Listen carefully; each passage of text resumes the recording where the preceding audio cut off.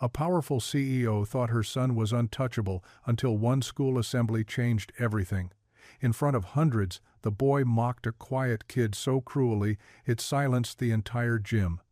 But when the janitor walked across the floor, keys jingling, the room froze. He wasn't just a janitor. He was a single dad, a veteran, and the boy's uncle. What started as schoolyard bullying exploded into scandal, class wars, and whispered secrets no one was ready to face. A mother's reputation, a father's promise, and a child's future all hanging in the balance. When truth collides with power, who will this town believe? And what happens when the quietest voices carry the loudest truths? Before we get into the story, comment below where in the world you are watching from today. The gymnasium smelled of fresh floor wax and old sweat, that particular combination that marked every school assembly since time began. Rows of metal bleachers groaned under the weight of fidgeting seventh graders, their sneakers drumming restless rhythms against the wood. Parents lined the back wall with phones raised, ready to capture their children's moment of glory. Nora Whitaker smoothed her charcoal blazer and checked her watch. 20 minutes before her 10 o'clock conference call. She'd promised Ethan she'd come, though, and promises to her son came before quarterly projections. She sat near the front where the board members gathered, her posture perfect even on the uncomfortable bench. Welcome to Grace Hollow Middle School's Veterans Day Assembly. Principal Ames's voice boomed through the microphone, feedback squealing until she pulled back. Today we celebrate our heroes and showcase our students' essays for the district literacy drive. The crowd settled into polite attention. American flags hung from every basketball hoop and a banner reading, "Honor those who served," stretched across the stage. Nora spotted Ethan in the third row with his basketball teammates, his sandy hair still damp from morning practice.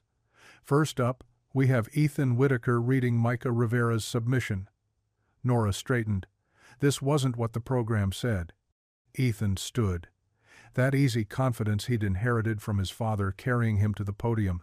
But something flickered across his face when he took the paper, a flash of panic, quickly masked by his trademark grin. "My Uncle Isaiah is my hero," Ethan began, his voice dripping with exaggeration. He squinted at the page, holding it at arm's length like it might bite him. Tout me. That core age isn't about being. Being. He stumbled over the word, but not naturally. His eyes darted to his friends, checking for their reaction. Fearless. He shouted it suddenly, making several students jump. Laughter rippled through the bleachers. It's about standing up, even when your knees shake like jelly? He wobbled his legs dramatically. More laughter, louder now. Nora's stomach tightened. She searched for the essay's author and found him 3 rows from the back, a small boy with bronze skin and dark eyes, hunched forward with his hands gripping his seat. Micah Rivera, the new student who'd transferred in last month. My mom used to say Uncle Isaiah had invisible armor from his army days. Ethan adopted a high, mocking voice. But I think his real armor is, he paused, crossed his eyes at the paper, is his faith in his mop bucket. The gym erupted. Kids doubled over, pointing and howling. Even some parents chuckled before catching themselves. Micah's face burned crimson. His shoulders curved inward like he wanted to disappear into himself. The sharp jangle of keys cut through the noise. Isaiah Brooks walked across the gym floor with measured steps, each footfall deliberate on the polished wood. The janitor moved with a soldier's bearing, spine straight, shoulders back, eyes fixed on the podium. His work boots made no sound, but those keys at his belt rang out like a bell calling everyone to account. The laughter died in throats. Students straightened in their seats. Isaiah stopped directly in front of Ethan. He didn't reach for the paper or raise his voice. He simply stood there, tall and steady, until the boy's smirk crumbled. "That's enough, son." 3 words, quiet, final. Ethan's mouth opened and closed. The paper trembled in his hands. He looked to his friends, to his mother, to anyone who might tell him what to do next. but Isaiah's presence filled the space between them, patient and immovable as mountain stone.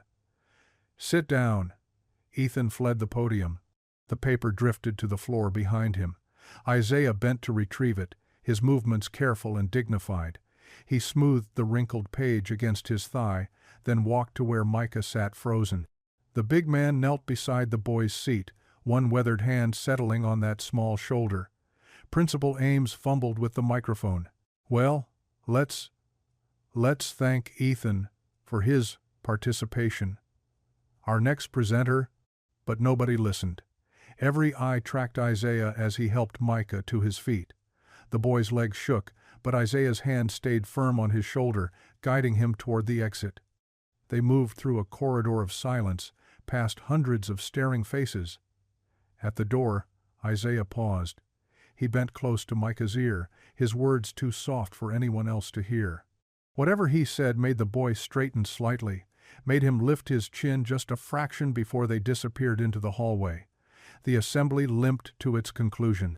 Parents whispered behind hands about Ethan's cruelty, about the new boy's strangeness, about why the janitor acted like he had any right to discipline someone else's child. The final applause sounded hollow, scattered. In the parking lot, Ethan slumped in the passenger seat of Nora's BMW, arms crossed and jaw set. "I couldn't read it right," he muttered. The words kept moving. Nora gripped the steering wheel, staring through the windshield at Isaiah's beat-up truck. The janitor helped Micah into the cab with the same gentle care she'd witnessed inside. He circled to the driver's side, then stopped and looked directly at her. Their eyes met across the parking lot. In his gaze, she saw disappointment, protection, and something else, something personal that made her look away first. The next morning arrived gray and bitter, matching Nora's mood as she marched Ethan through Grace Hollow Middle School's main entrance. Her heels clicked sharp warnings against the linoleum. Ethan dragged behind her, his basketball shoes squeaking with reluctance. Principal Priscilla Ames sat rigid behind her desk, fingers laced together like she was praying for this meeting to go smoothly. Her reading glasses perched low on her nose, and worry lines creased her forehead deeper than usual. Isaiah stood beside a second chair, one hand resting on Micah's shoulder. The boy kept his eyes down, studying the carpet pattern like it held answers. Isaiah wore his janitor's uniform navy pants, matching shirt with his name stitched in white thread. But something in his posture made the simple clothes look like dress blues. "Please sit." Priscilla gestured to the empty chairs. The office felt too small with all 5 of them inside. A water cooler gurgled in the corner. Through the window, normal school life continued, kids rushing to first period, teachers herding stragglers. "Boys," Priscilla began, adjusting her glasses. "I need you both to tell me what happened yesterday." Ethan slouched deeper in his chair. "I was just reading the essay, like Mrs. Martinez asked. "That's not what I saw," Nora cut in. "Mom, let him speak, please." Priscilla raised a hand. "Ethan?" He picked at a thread on his jeans. "Look, he's always sitting alone, acting weird, never talks to anybody. Someone had to what?" Isaiah's voice stayed level, but something underneath made Ethan stop picking at the thread. "I don't know." Ethan's shoulders lifted and dropped. He asked for it. Being all quiet and strange. Micah's fingers curled into fists against his thighs, but he didn't speak, didn't look up. "Micah?" Priscilla prompted gently. "Would you like to share your side?" Silence stretched between them. The water cooler gurgled again. Outside, a bell rang for first period. "He doesn't have to explain himself for existing," Isaiah said. Nora leaned forward, her executive instincts taking over. "Mr. Brooks, I understand you're upset, but why did you involve yourself so forcefully? The teachers could have handled—" "Micah is my nephew." The words landed soft but heavy, like stones dropped in still water. Isaiah's hand squeezed the boy's shoulder. "He's under my care now, since my sister passed." The air left Nora's lungs. She looked at Micah, really looked at him, saw the grief tucked into the curve of his spine, the loss written in how he held himself apart from the world. This wasn't just schoolyard meanness. Her son had attacked a grieving child. Oh, the word escaped her like a prayer. Oh, I didn't. I'm so sorry. Priscilla removed her glasses, cleaned them slowly. When she put them back on, her expression had hardened into something administrative and final. Ethan, what you did yesterday was bullying, pure and simple. She opened a folder on her desk. You're suspended from basketball for 1 week, effective immediately. What? Ethan shot upright. But we have games. Actions have consequences. Priscilla's tone left no room for argument. You'll also write a formal apology letter to Micah, due Monday. Nora's face burned with shame. She turned to Isaiah, her polished composure cracking. Mr. Brooks, I am deeply, deeply sorry. This isn't... She stopped, started again. I failed to teach him better. Isaiah studied her for a long moment. When he spoke, his words came gentle but pointed, like scripture. Children learn from what they see, Mrs. Whitaker. The accusation hung unspoken. What had Ethan seen at home? What casual cruelties, what unconscious prejudices had shaped him? We should go. Nora stood abruptly, needing to escape the weight of Isaiah's steady gaze. Ethan, come. As they reached the door, Isaiah's voice followed them. Your boy's struggling with something too. Might want to look into that. Nora paused, but didn't turn around. She pulled Ethan out into the hallway, past the trophy cases and bulletin boards advertising School Spirit Week. Neither spoke during the walk to the car. That afternoon, Nora's kitchen felt like a courtroom. Ethan sat at the breakfast bar while she stood across from him, the granite counter between them like a judge's bench. You're grounded. 2 weeks. Mom, your phone. She held out her hand. He surrendered it like handing over a vital organ. Your gaming system goes in my closet.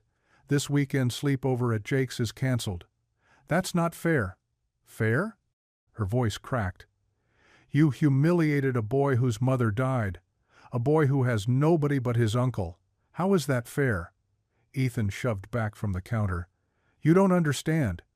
Everyone expects me to be perfect grades, perfect games, perfect everything. And the words, he stopped, jaw clenching. What about the words? Nothing. He stormed toward the stairs. Forget it. His door slammed hard enough to rattle the pictures on the mantel. Nora sank onto a bar stool, her head dropping into her hands. The house settled into angry silence. On the mantel, her husband smiled from a silver frame, his army dress uniform pristine, his eyes kind. What would you have done, David? The question floated in the empty kitchen. How did I miss this? How did I let our son become this? The photo offered no answers, just that frozen smile from a man who'd known how to balance strength with gentleness, authority with compassion. Everything she'd failed to teach their son. Outside, storm clouds gathered over Grace Hollow, promising rain by evening. The following morning, Nora stared at her computer screen, watching emails pile up like accusations, quarterly reports, supply chain updates, a conference invitation. None of it penetrated the fog in her mind. Mrs. Whitaker? Her assistant, Janet, appeared in the doorway with a coffee and a worried expression. You should know people are talking. About? The incident at school yesterday. Tom from accounting's wife was at the assembly. Word travels fast. Nora's stomach turned. In Grace Hollow, gossip moved faster than fiber optic cables. By now, half the town probably knew that Nora Whitaker's son had bullied the janitor's nephew. Thank you, Janet. She accepted the coffee with hands that wanted to shake. Close the door, please. Alone again, Nora pushed away from her desk and walked to the window. Below, the textile mills that built this town sat empty, their windows dark. Her company had brought new life here, jobs, hope, innovation. But what good was reviving a town's economy if its children still learned cruelty? She returned to her computer and opened a blank document. Her fingers hovered over the keyboard, then began to type. Proposal. The Bridges program a Whitaker Biofiber initiative for Grace Hollow Middle School. The words flowed like water breaking through a dam. Literacy support, peer mentoring, safe spaces for struggling students, not just for boys like Micah who carried grief, but for boys like Ethan who buried their difficulties under swagger and sharp words. She wrote about pairing students across social lines, about bringing in community members, veterans like Isaiah, retirees with stories to share, about teaching empathy through action, not lectures. Her phone buzzed. Another email from the board about quarterly projections. She ignored it. By 5 o'clock she had 10 pages. By 6 she'd missed 3 calls from her COO, Marla Dean. She didn't care. At home, she found Ethan at the kitchen table, homework spread before him like a battlefield. His pencil moved in angry jerks across the page. Hungry? She kept her voice light, pulling leftover lasagna from the fridge. Not really. She heated 2 plates anyway. They ate in silence, punctuated by the scrape of forks. Ethan stabbed at his pasta like it had personally offended him. How was practice? She remembered too late. Sorry, I forgot about the suspension. His jaw tightened. Coach told everyone. They all know. I'm sorry this is hard. You're not sorry. The words exploded from him. You're embarrassed. Your perfect son isn't so perfect. Ethan, it's not my fault. Words won't stay still. His voice cracked. They jump around. The letters flip. I memorize everything by listening because reading is... He stopped, face flushing deep red. The confession hung between them like a bridge half built. Nora's chest tightened. All those nights he'd asked her to read assignments aloud, all those book reports done at the last minute. How had she missed this? She reached across the table for his hand. He jerked away, chair screeching against the floor. Don't. Sweetheart, why didn't you tell me? Because you already think I'm not smart enough. The words came out raw, bleeding. Dad would have understood. He would have. Ethan's voice broke completely. David, always, David, the ghost at their table. The perfect father who'd never had to navigate teenage anger or learning differences because a roadside bomb in Afghanistan had stolen that chance. Your father would want us to get you help, Nora said carefully. There's shame in everything. Ethan shoved back from the table. In being stupid, in being mean, in being me. He fled upstairs. This time, the door closed with a quiet click that hurt worse than any slam. Nora sat alone with 2 half-eaten plates and the weight of her failures. She'd built a company from nothing, negotiated million-dollar deals, but she couldn't reach her own son. Later, much later, she sat at David's old desk in the study. The Bridges proposal glowed on her laptop screen. She added a new section, screening for learning differences, specialized tutoring. No child left to struggle alone. Her phone showed 11:47 p.m. Tomorrow she'd face the school board. Tomorrow she'd have to convince them that Whitaker Biofiber cared about more than profit margins. She closed her eyes, hands folded over the keyboard. God, I don't know what I'm doing. The prayer came out barely a whisper. David knew how to be strong and gentle. I only know how to be strong. Help me. Help Ethan. Help that quiet boy with the broken heart. Show me how to build bridges when I've spent so long building walls. Thunder rumbled in the distance. The storm that had threatened all day finally arrived, rain drumming against the windows like fingers tapping for attention. She opened her eyes and kept typing, adding one final line to the proposal. Sometimes the strongest thing we can do is admit we need help. Tomorrow would bring whatever it brought. Tonight, she had work to do. A week had transformed Nora's sprawling colonial into something from a magazine spread. Crystal gleamed under the chandelier's light. Caterers in crisp white shirts glided between guests with silver trays. The autumn centerpieces, chrysanthemums, and miniature pumpkins cost more than most families spent on groceries in a month. Nora moved through the crowd in her midnight blue gown, selling hope one handshake at a time. The Bridges program isn't charity, she explained to Judge Henderson and his wife. It's investment in our children, in Grace Hollow's future. Principal Priscilla Ames held court near the fireplace, praising the initiative to anyone who'd listen. Exactly what our school needs. Peer support, community involvement, real solutions. Graham Lowell stood by the bar, silver hair catching the light, his presence commanding even in stillness. When he'd pledged $50,000 earlier, other checkbooks had opened like dominoes falling. Near the kitchen entrance, Isaiah shifted in his one good suit, the one he wore to church and funerals. Micah stood beside him, tugging at his collar. "We don't have to stay long," Isaiah murmured. "It's okay, Uncle Zeke." But the boy's eyes tracked the crowd like he was mapping escape routes. They'd come because Nora had asked personally, had stood in the school hallway and said, "Please. The program needs faces, not just funding. Stories, not statistics." So here they stood, two brown faces in a sea of white ones, holding glasses of lemonade they hadn't asked for. "Mr. Brooks," Nora appeared, genuine warmth breaking through her hostess' smile. "Thank you for coming. And Micah, how's the robotics project?" "Good, ma'am." Micah's voice barely carried over the classical music. "He's building something special for Veterans Day," Isaiah added, pride softening his usual reserve. Before Nora could respond, Judge Henderson's wife swept over. "You must be the janitor who intervened at the assembly. How wonderful that you care so deeply about the students." The words "the janitor" hung in the air like a slap, dressed as a compliment. "Facilities supervisor," Isaiah corrected quietly. "And I care about all children, ma'am. Especially my nephew." The woman's smile flickered. "Of course." Dessert arrived, individual chocolate souffle that cost more per serving than Isaiah made in an hour. Conversation hummed with satisfied prosperity. Board members discussed tax benefits. Doctors debated school rankings. Money and influence swirled together like cream in coffee.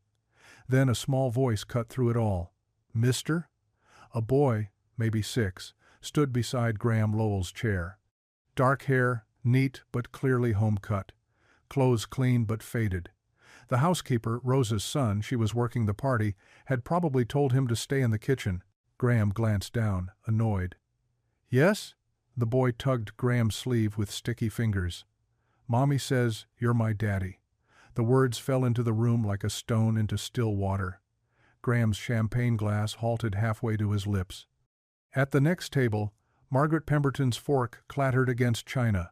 Someone gasped. 3 phones appeared, as if summoned. "I what?" Graham's face drained to the color of old paper. The boy persisted with the devastating honesty of childhood.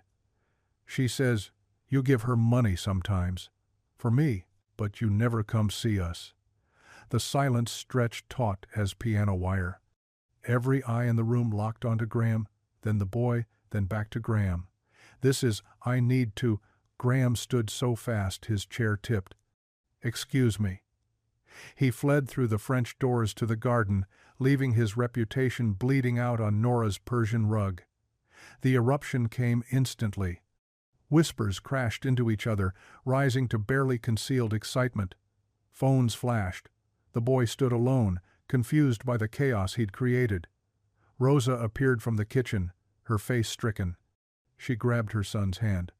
"I'm sorry, Mrs. Whitaker. I'm so sorry. He was supposed to stay. It's not your fault." Nora managed. But Rosa was already rushing the boy away, her whispered Spanish sharp with fear and anger. Isaiah moved without hesitation. He touched Micah's shoulder, steering him toward the door. "Time to go." "But Uncle." "Now." They slipped out as the storm inside grew. Margaret Pemberton was already on her phone. "You'll never believe what just happened at the Whitaker Gala." Board members huddled in corners. The Bridges program brochures lay forgotten beside half-eaten desserts. Everything Nora had built tonight, the goodwill, the pledges, the momentum, crumbled like week-old bread. One by one, guests made excuses. Early morning, babysitters waiting. Previous commitments suddenly remembered. Within an hour, only dirty plates and dying conversations remained.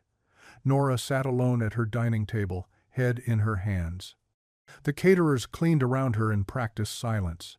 Rosa had vanished, probably packing her things, assuming she was fired. Her phone buzzed against the tablecloth. Then again, and again. She looked. 17 messages already. The last from Marla Dean, her COO, the woman who smiled with too many teeth and ambition, sharp as winter. This could destroy everything. We need to talk first thing Monday. Another buzz. A photo already spreading on social media. Graham's shocked face, the boy's small hand on his sleeve, the caption reading, "Grace Hollow Elite's secret exposed at charity gala." The autumn centerpieces seemed to mock her now, all that perfection rotting from the inside. She texted Rosa, "Your job is safe. We'll talk tomorrow." Then she climbed the stairs to check on Ethan, each step heavier than the last, wondering how a night meant to build bridges had instead blown them all to pieces.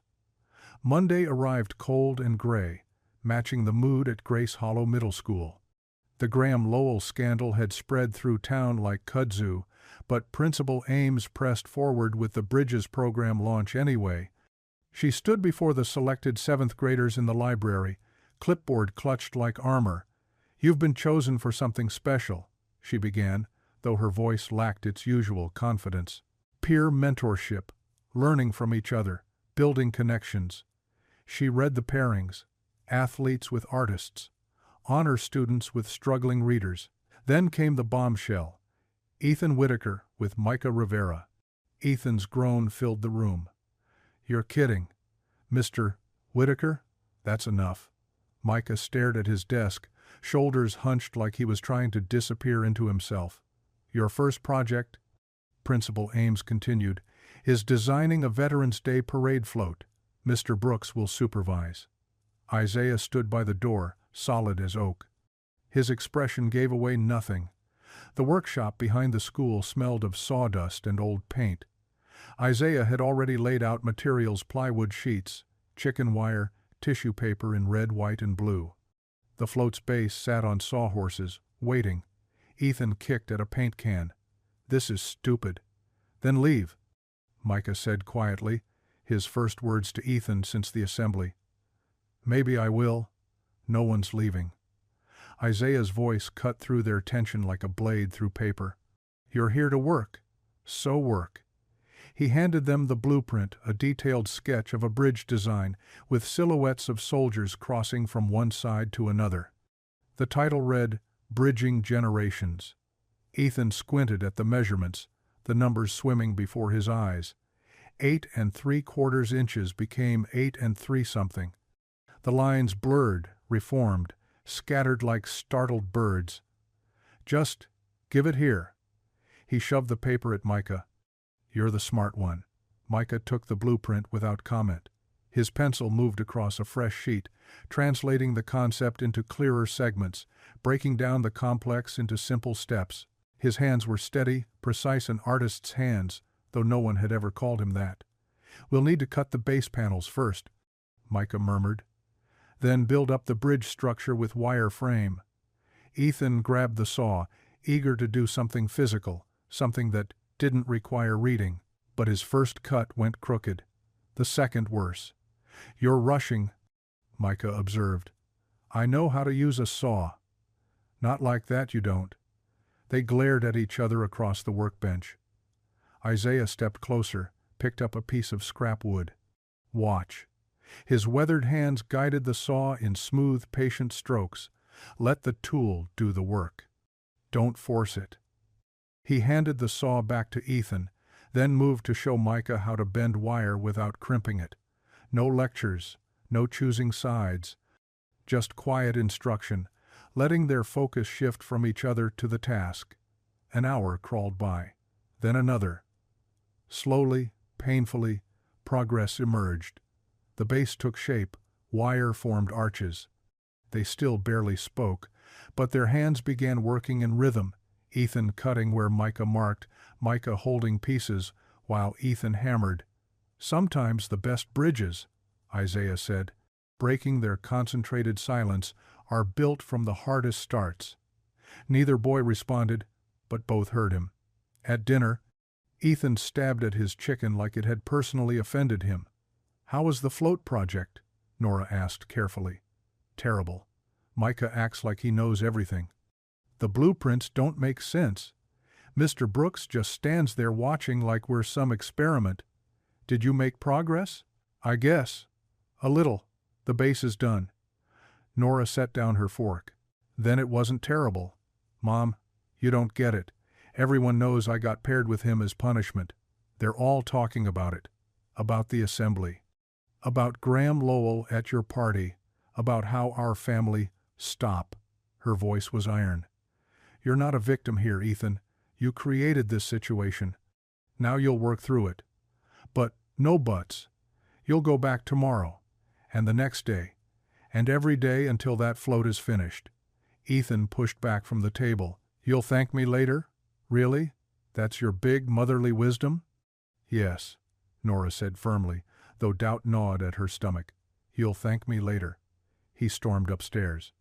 She remained at the table, wondering if forcing this partnership would heal or deepen the wounds. Across town, Isaiah and Micah ate rice and beans with cornbread.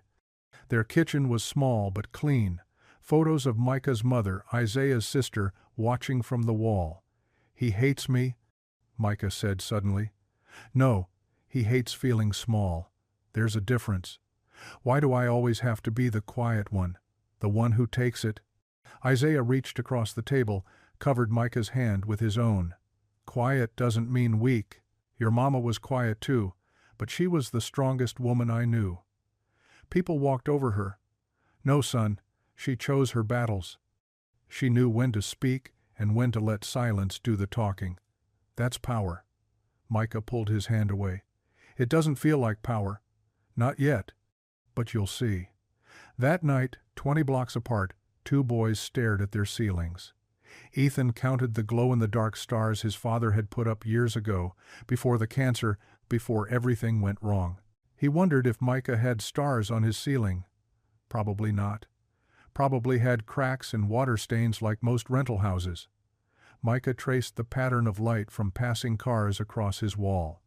He wondered if Ethan's ceiling was perfect, smooth, painted whatever color he wanted. Probably had never worried about rent or keeping quiet so the neighbors wouldn't complain.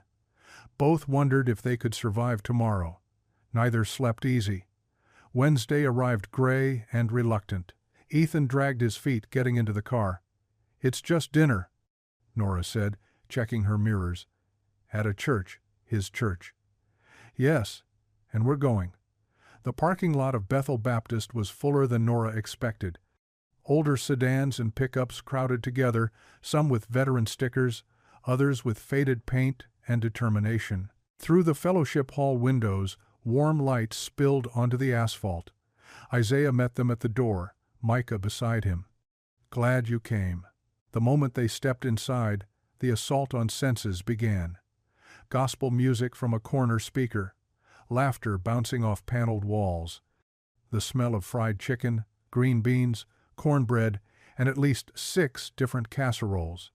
This wasn't the somber, austere gathering Nora had imagined. Children chased each other between tables. Adults called greetings across the room. An elderly woman in a flower print dress commanded a dessert table that could have fed an army. "Y'all hungry?" Isaiah asked. Before anyone could answer, a large woman in an apron descended on them. "Isaiah Brooks, you didn't tell me we had guests. Lord have mercy, come here, babies. We'll get you fed proper." She swept them toward the food line, pressing paper plates into their hands. Ethan tried to hang back, but the crowd moved like a tide, carrying him forward. "That's Miss Ruby," Isaiah explained. "She runs the kitchen." And most everything else. They found seats at a long table. Ethan picked at his food while Micah ate steadily. Around them, conversations flowed like familiar streams, talk of grandbabies, doctor visits, the weather, the high school football team's chances. Friday night, an older man with thick glasses and trembling hands lowered himself into the chair beside Ethan. "You're the Whitaker boy." Ethan tensed. Here it came, the lecture, the judgment. "I knew your granddaddy. Good man." Hired me at the mill when nobody else would." The man extended a weathered hand. "Harold Sims. Army, Korea." Ethan shook it awkwardly. "Isaiah tells me you're working on the parade float." "Yes, sir," Harold chuckled. "I remember my first parade project. Disaster. Couldn't read the instructions worth a lick. Kept getting the measurements all backwards." Ethan looked up. "Really?" "Oh, Lord, yes. My sergeant about had my hide. See, the words just jumbled up on me. Always did. Didn't mean I was dumb." Harold tapped his temple. "Just meant I learned different. Had to find other ways, watch people. Copy movements. Trust my hands more than my eyes. Did it get easier? Some days. Other days, still a struggle. But you find your way. We all do." Across the table, Micah had been silent, pushing green beans around his plate. Then, unexpectedly, he spoke. "My mom loved building things." The table quieted. Even Miss Ruby, refilling sweet tea, paused to listen. "She worked at the robotics factory outside Durham, before she got sick." Micah's voice was halting, careful. "She'd bring home broken parts. Motors, circuits. We'd build things at the kitchen table." "What kind of things?" Ethan asked, surprising himself with genuine curiosity. "Cars, little robots that could follow light. Once we made a crane that could pick up marshmallows." "That's cool." She said engineers were just kids who never stopped playing with toys. Isaiah's hand found Micah's shoulder, squeezed gently. "Show him the motor thing," Isaiah suggested. Micah hesitated, then pulled small items from his pocket, a tiny motor, rubber bands, paper clips. His hands moved with practiced precision, bending, connecting, creating. Within minutes, he'd fashioned a crude car body from a foam plate someone had discarded. "You need something to make it go," he explained, attaching the motor. "Battery from the church remote should work." Miss Ruby produced one from the sound booth. Micah connected the wires, and the little car buzzed to life, spinning in circles on the table. Ethan laughed, not mockingly, but with genuine delight. "Can I try?" Micah handed over the creation. Their fingers brushed in the exchange. No flinch, no pulling away, just two boys with a toy between them. "If you adjust this wire, it'll go straight instead of circles," Micah offered. They bent their heads together, making modifications. The car zipped across the table, nearly landing in Harold's lap. The old veteran laughed loud enough to turn heads. Nora watched from her seat, something loosening in her chest. Isaiah caught her eye, nodded slightly. Not a victory lap, just acknowledgement progress was possible. The evening wound down with Miss Ruby insisting everyone take leftovers. She loaded Nora with enough food for 3 dinners, waving away protests. Outside, the air had turned crisp. Stars were just beginning to show through the light pollution. "Thank you," Nora said to Isaiah. Not the polite CEO thank you. Something deeper. "Wednesday nights are good for the soul," he replied simply. Ethan had pocketed the toy car. His hand kept checking it was still there. "Mr. Brooks, could Micah maybe show me more about the motors? For the float?" "That's up to Micah." Micah nodded, almost shy. "Tomorrow, after we finish the bridge frame." They parted at their cars. Ethan climbed into the passenger seat without complaint. As Nora started the engine, she saw him pull out the toy car, running his finger along its crude edges. "Mom?" "Yes?" Harold said he learned different. Do you think that's what's wrong with me?" "Nothing's wrong with you, Ethan." In the rearview mirror, she watched Isaiah's taillights disappear into the darkness, Micah safe beside him. Both boys lighter than before. Both beginning to see bridges where only walls had stood. The workshop smelled of sawdust and paint primer. Afternoon sun slanted through high windows, catching dust motes that danced above the parade float's skeletal frame. Ethan stood over the workbench, squinting at the blueprint Principal Ames had provided. "We need to cut the support beams to 36 inches, he said, trying to sound confident. Micah gathered the measuring tape while Ethan bent closer to the plans. The numbers should have been simple. basic measurements. But as he stared, the digits began to shift. The 3 became an 8, the 6 flipped backwards. He blinked hard, pressed his palms against his eyes, looked again. Worse now. The whole line of text seemed to ripple. "What's it say after 36? Micah asked, returning with the tape. Ethan's jaw clenched. He traced his finger along the words, but they wouldn't hold still. Letters rearranged themselves like they were floating, drifting apart and regrouping in ways that made no sense. The pencil snapped in his fist. "It's like the words turned to water," he muttered, shoving the blueprint away. Micah froze. That exact phrase.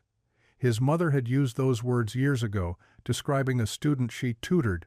The memory hit sharp and sudden Mom at their kitchen table, explaining how some people's brains processed text differently, how letters could swim and flip, how it had a name. "Ethan, don't." Ethan's face burned red. "Just don't, okay?" But Micah wasn't moving away. Instead, he pulled the blueprint closer, studied it carefully. Then he grabbed a blank sheet and began sketching.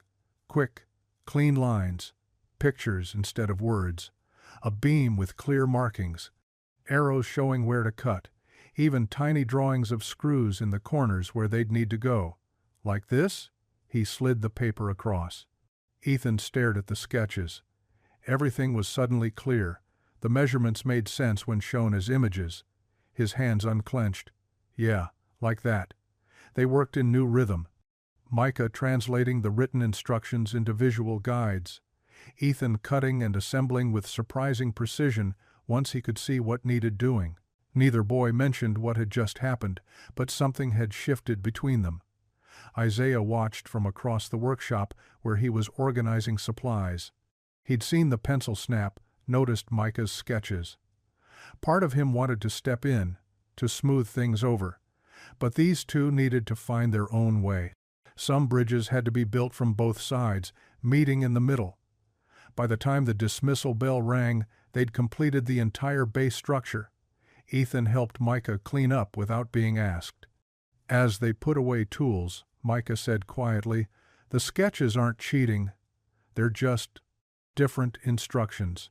Ethan nodded, unable to find words that wouldn't crack his voice. That evening, Nora was stirring pasta sauce when Ethan dropped his backpack by the door. Usually he'd head straight to his room or grab a snack in sullen silence. Tonight, he lingered by the kitchen island. "How was the float work?" she asked, keeping her tone casual. "Fine." She waited. Sometimes silence drew out more than questions. "Micah helped me with something." The words came slowly, like he was testing their weight. "The blueprint." "I couldn't." The words kept moving. Nora set down the spoon, turned to face him fully. "They do that sometimes. Move around. Flip backwards. Like they're underwater or something." His voice dropped. "Micah drew pictures instead, so I could understand." The pieces clicked into place with painful clarity. All those years of Ethan avoiding reading aloud, the tantrums over homework, the way he'd memorize rather than read, fooling teachers with his quick mind and good memory. How had she missed this? "Sweetheart, I think I know what this might be." His head snapped up. "You mean something's actually wrong with me?" "No." She moved around the island, took his hands. They were bigger than she remembered, no longer little boy hands. When had that happened? "It's called dyslexia. Lots of people have it. It just means your brain processes words differently. So I'm stupid." "No, you're not stupid. You never have been." She squeezed his hands tighter. "We'll see a specialist. Get you tested properly. There are tools, techniques. Everyone will know." He pulled away. "They'll put me in special classes. The kids will learn that Ethan Whitaker faces challenges head-on, just like his father did." She touched the dog tags she still wore under her blouse. "Different doesn't mean less, Ethan. Sometimes different is a gift. You see things other people miss. You solve problems in creative ways. That's not weakness. That's strength." He stood there, 13 years old, and trying so hard to be tough. She saw him wavering between child and young man, between fear and hope. "Micah didn't laugh at me," he said finally. "He just helped." "Then Micah's a good friend." "We're not friends." "Not yet, maybe." Later, Ethan sat at his desk, Micah's sketches spread before him. He traced the lines with his finger, seeing how the other boy had transformed confusion into clarity. The drawings were precise but not cold. There was care in them. Understanding. He pulled out his phone, started to text his basketball buddies, then stopped. What would he say? That the weird kid had helped him? That maybe the weird kid wasn't so weird after all? Instead, he opened a blank notebook and tried to copy Micah's drawing style. His lines were clumsier, but the idea was there. Pictures instead of words. A different path to the same destination. Across town, Micah sat with Isaiah at their small dinner table, animated in a way Isaiah hadn't seen in months. "He let me help him," Micah said, pride warming his voice. "He didn't get mad or push me away, he just let me help." Isaiah smiled into his coffee mug. "Sometimes that's the bravest thing a person can do. Do you think we can actually be friends?" "I think," Isaiah said carefully, "that bridges get built one plank at a time. You laid good wood today." Micah nodded, understanding flowing between them without need for more words. Outside, evening settled over Grace Hollow. In two different homes, two boys looked at the same sketches, seeing in them the possibility of something neither had expected: connection across the space that had seemed impossible to bridge. By Saturday morning, Grace Hollow was buzzing like a disturbed hive. The story had taken on a life of its own, passed from grocery store aisles to beauty parlor chairs, growing more twisted with each telling. Some said Nora Whitaker was using the school for PR. Others whispered she was trying to cover up her son's behavior with fancy programs. The PTA meeting that afternoon packed the cafeteria beyond capacity. Parents stood along the walls, arms crossed, faces tight with concern. "I don't want my daughter paired with kids who have issues," declared Brenda Mason, whose voice carried like a whip crack. "We moved here for good schools, not social experiments." "This isn't about experiments," Principal Ames said from behind the podium, her usual caution replaced with steel. "It's about teaching our children empathy alongside algebra." "Empathy doesn't get them into college," someone shouted from the back. "Neither does cruelty," Ames shot back. The room erupted. Parents talked over each other, voices rising. Some defended the program, mentioning how their kids had already shown interest in the Veterans Day float project. Others demanded to know why a CEO thought she could reshape their school. In the corner, Marla Dean stood with two board members from Whitaker Biofiber, her manicured nails tapping against her phone. "This is exactly what I warned about," she murmured, just loud enough. "Nora's personal crisis is becoming a corporate liability." Across town, Nora sat at her home office desk, papers spread like a battlefield map. She'd been revising the Bridges proposal since dawn, strengthening every argument, adding research about peer mentoring success rates. Her phone buzzed constantly, board members expressing concerns, reporters fishing for comments. She ignored them all. Graham Lowell's withdrawal hurt most. His promised $50,000 would have funded the program for 2 years. His assistant had called that morning, voice apologetic but firm. "Mr. Lowell needs to focus on personal matters right now." Personal matters, meaning damage control over his secret son. Nora pushed her laptop aside, rubbed her temples. Through the window, she watched autumn leaves spiral down, remembering how her late husband would rake them into piles for Ethan to jump in. Simpler times, before she became the woman trying to hold together a company, a son, and now somehow a community. Sunday morning arrived crisp and bright. Mount Calvary Baptist Church was fuller than usual. Word traveled fast about the CEO attending service. Nora sat 3 rows from the front, Ethan slouching beside her in his pressed khakis. Isaiah was across the aisle with Micah, both in their Sunday best. When Pastor Williams called for testimonies, Nora surprised herself by standing. The congregation turned, a sea of curious faces. "I'm not a regular here," she began, voice steady despite her racing heart. "But I need to speak about something weighing on me." Silence thick as summer honey. "This week, I learned my son hurt another child with words. I also learned that child had already been hurt by loss." She glanced at Micah, who stared at his hands. "Some folks think I'm meddling where I don't belong, trying to fix the school. Maybe they're right. But I know this: every child in Grace Hollow deserves to be seen, to be helped, to be given bridges when they're stranded." She sat down quickly, face flushed. The congregation remained quiet for a moment. Then a few amens rose like bubbles. Isaiah watched her with an expression she couldn't read, not quite trust, but perhaps the beginning of it. After service, in the fellowship hall over coffee and pound cake, an elderly woman touched Nora's arm. "Your husband would be proud. He always said you had steel in your spine.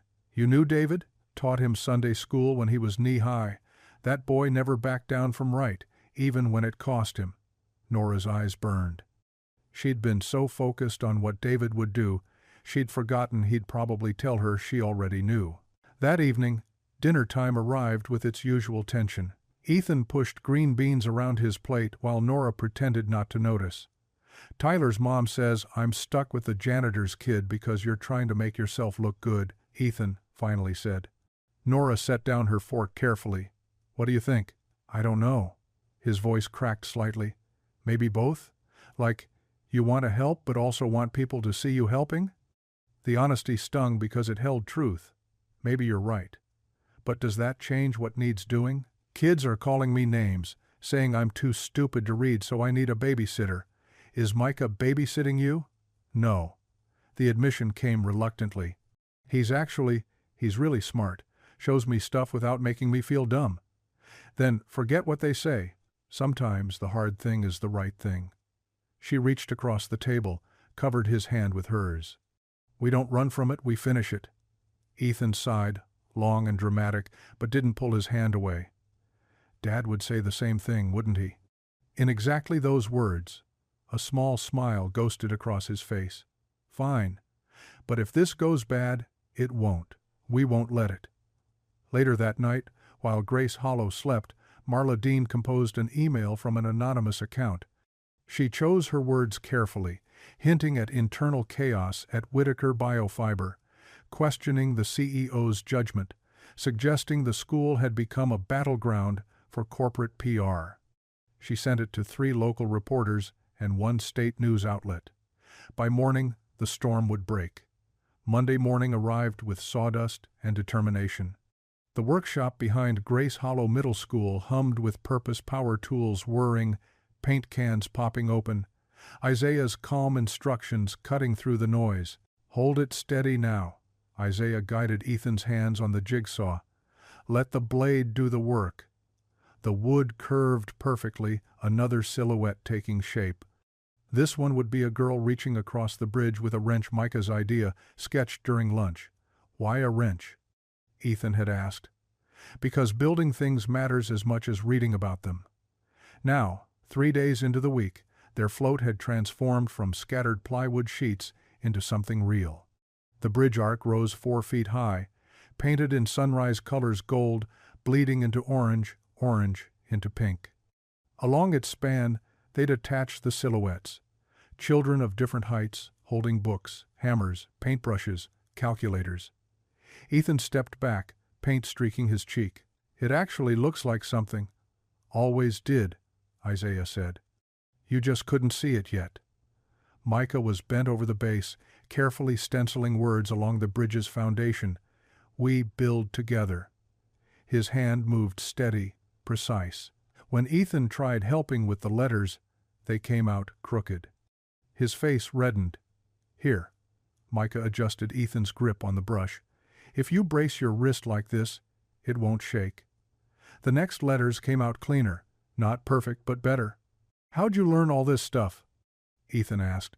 "My mom. She taught art before." Micah stopped, swallowed. "Before. Isaiah watched from his workbench, hands busy sanding rough edges but ears tuned to the boys. This was the way forward, not through forced apologies but through shared work, paint-stained hands, small victories. Wednesday afternoon brought an unexpected visitor. Nora appeared in the workshop doorway, carrying a bag from Della's Deli. "Thought you might be hungry." The boys barely looked up from their work. Ethan was holding a flashlight while Micah wired LED strips under the bridge, another last-minute addition. "Mom, look." Ethan's voice carried excitement she hadn't heard in months. "When we plug it in tomorrow night, the whole thing will glow." She moved closer, careful in her heels on the sawdust floor. The float was beautiful in its earnestness, imperfect edges, slightly uneven paint, but absolutely genuine. Her throat tightened. "You did this?" "We did this," Micah corrected quietly, glancing at Isaiah. They ate sandwiches on paint buckets, talking about parade logistics. Ethan demonstrated how the silhouettes would catch the streetlights. Micah explained the wiring system. Isaiah sat back, letting them lead. When the boys returned to work, Nora lingered beside Isaiah. "I've never seen him like this," she admitted. "Usually he gives up when things get hard." Wasn't just him giving up. World was telling him he couldn't do it right, so why try? She watched Ethan carefully feed wire through small holes, Micah guiding but not taking over. "He told me you've been teaching him more than building." Isaiah shrugged. "Boys learn by doing. Can't lecture courage into someone. Got to show them they already have it." "I feel like I'm seeing him for the first time." "Really seeing him. You always saw him, just had to clear away some stuff blocking the view." Ethan laughed suddenly. He'd accidentally painted a stripe across his own shoe. Instead of anger or embarrassment, just laughter. Micah grinned, then deliberately painted his own shoe to match.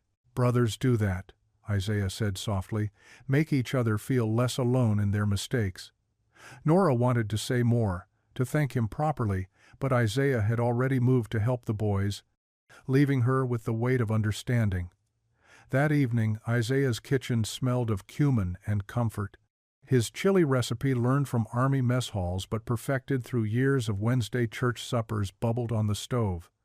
Micah set the table, moving with the easy rhythm of routine. "Uncle Zeke?" "I think Ethan's not so bad anymore." Isaiah stirred the pot, considering. "What changed?" He stopped pretending he knew everything, started asking questions. "That's a hard thing for someone used to being on top. Were you ever on top, before the army?" Isaiah chuckled. "Son, I was a skinny kid from East Durham who joined up because college wasn't happening.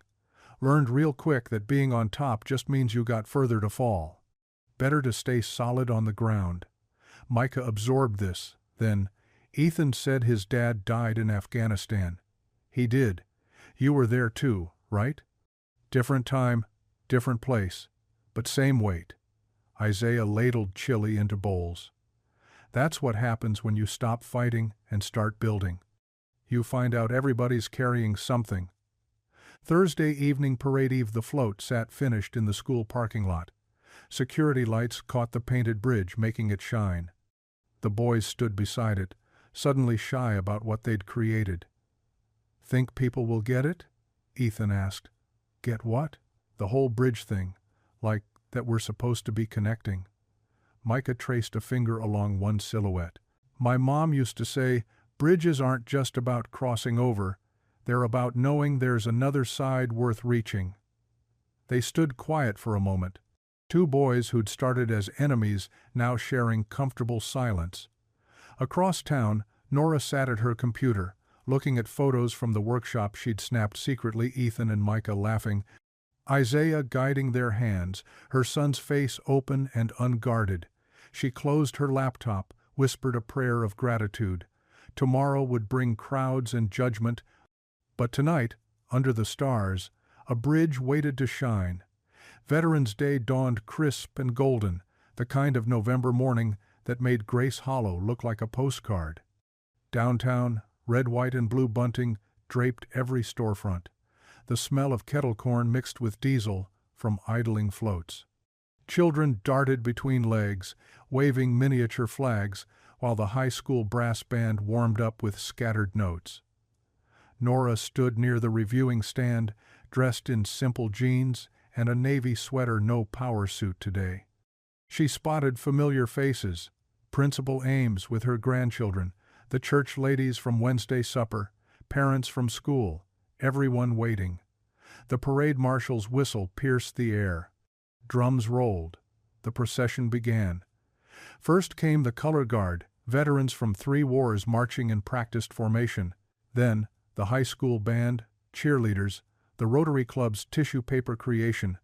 But whispers started rippling through the crowd as the middle school float rounded the corner. The bridge of hands rolled forward on the donated trailer, morning sun catching every detail. The painted bridge seemed to glow, its LED strips twinkling even in daylight. The silhouettes, children reaching across the span with books, tools, hearts cast real shadows that stretched toward the crowd. Isaiah walked alongside, army cap square on his head, back military straight. Micah stood on the float's platform, hands steady on the railing. And Ethan held the wireless microphone the parade committee had given each float for announcements. The float stopped at the reviewing stand. The band quieted. Even the smallest children sensed something important happening. Ethan raised the microphone. His hand shook. "I need to say something." His voice cracked, echoing off the courthouse. Nora pressed her fingers to her lips. 6 weeks ago I bullied Micah Rivera in front of our whole school. The words came faster now, like water breaking through a dam. I made fun of his essay. I tried to make him feel small because I felt small, because reading is hard for me and I was scared people would find out. Gasps scattered through the crowd. Parents pulled children closer. But Micah. Ethan turned to look at the other boy. Micah helped me anyway. He taught me about circuits and measurements. He didn't make fun when I couldn't read the instructions. He just helped. Tears ran down faces, mothers remembering their own children's struggles, fathers thinking of schoolyard cruelties never addressed. I was wrong, completely wrong, and I'm sorry. Not just, sorry I'm. Ethan's voice broke completely. He swallowed, tried again. I'm proud to stand with him. He's my friend. The best friend I probably don't deserve. The silence stretched, profound and complete. Then someone started clapping. 1 person, then 5, then 50. The applause built like thunder, rolling down Main Street. Children whistled, veterans saluted. Principal Ames openly wept.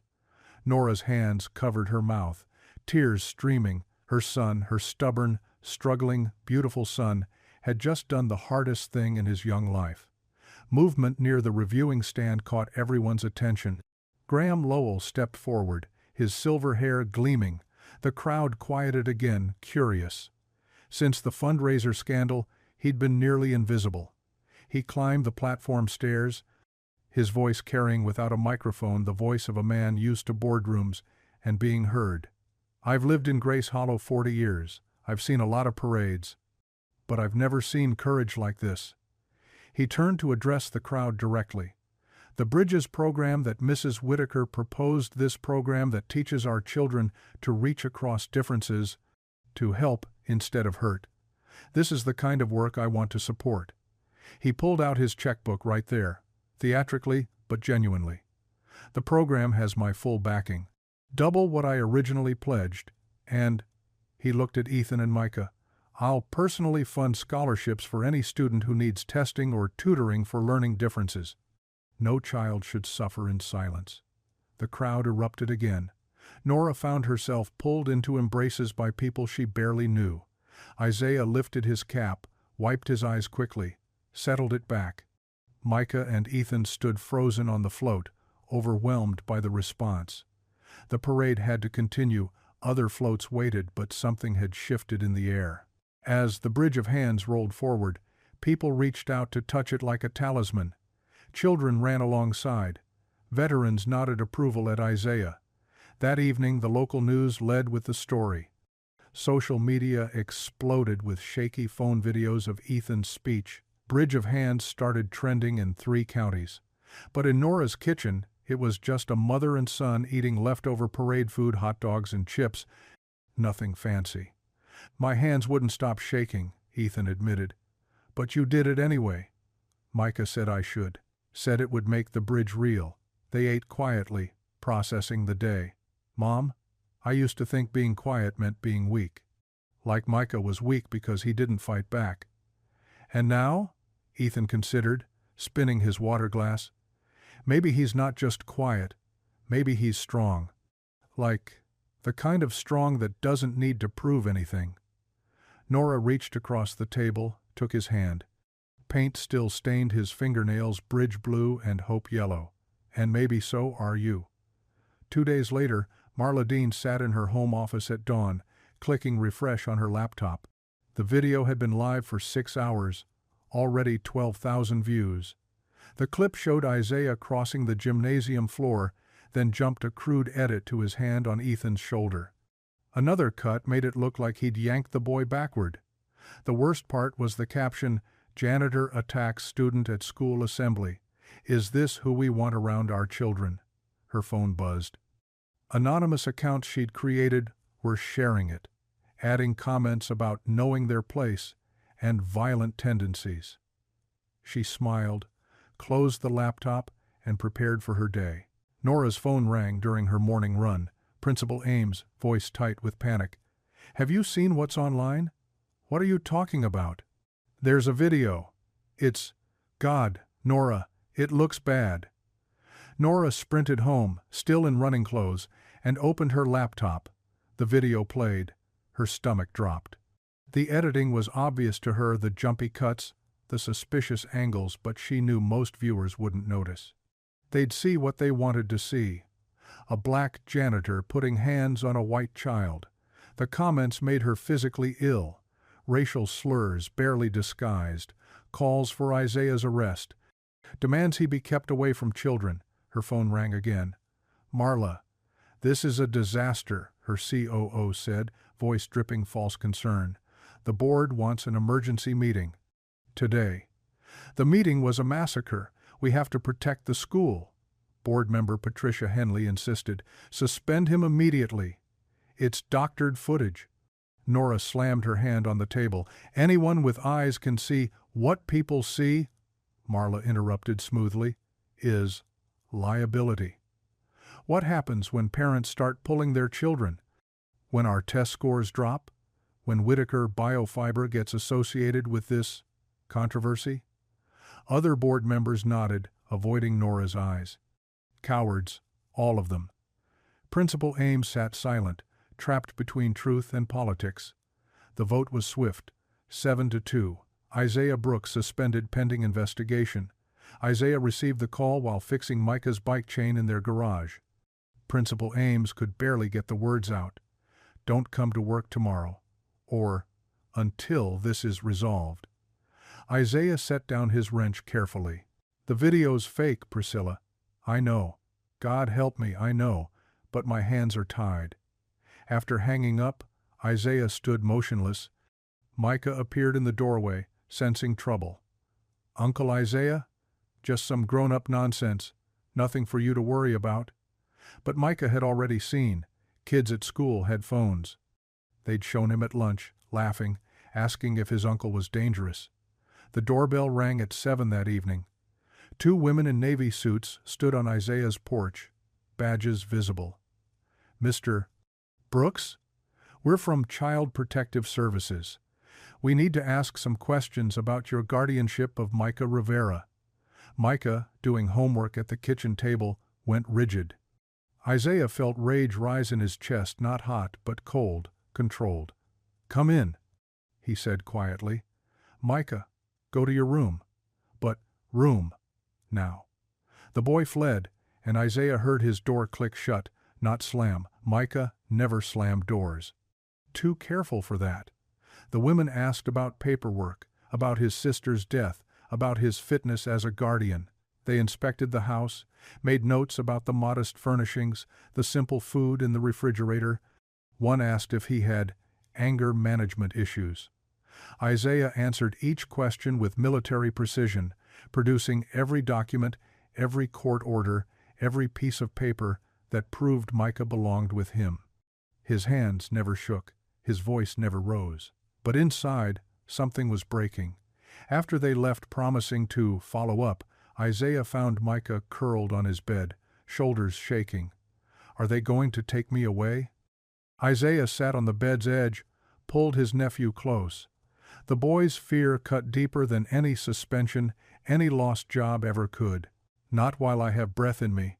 His voice was fierce, a promise carved in stone. "You hear me?" "Never." Meanwhile, Graham Lowell sat in his lawyer's office, watching his promised donation evaporate. "You can't give money now," his attorney insisted. "The housekeeper situation is about to explode. Journalists are sniffing around. Any public gesture looks like guilt. But I promise those boys will have to wait." Graham left feeling hollow. His phone showed missed calls from Nora, from Principal Ames. He didn't answer. Cowardice came easy when lawyers gave you permission. At the Whitaker house, Ethan hadn't eaten in 2 days. He sat at his desk, re-watching the real video he'd recorded on his phone, the unedited truth of that assembly day. Isaiah calm, protective, dignified. "It's my fault," he told his mother when she brought soup. "If I'd never bullied Micah, none of this. Stop."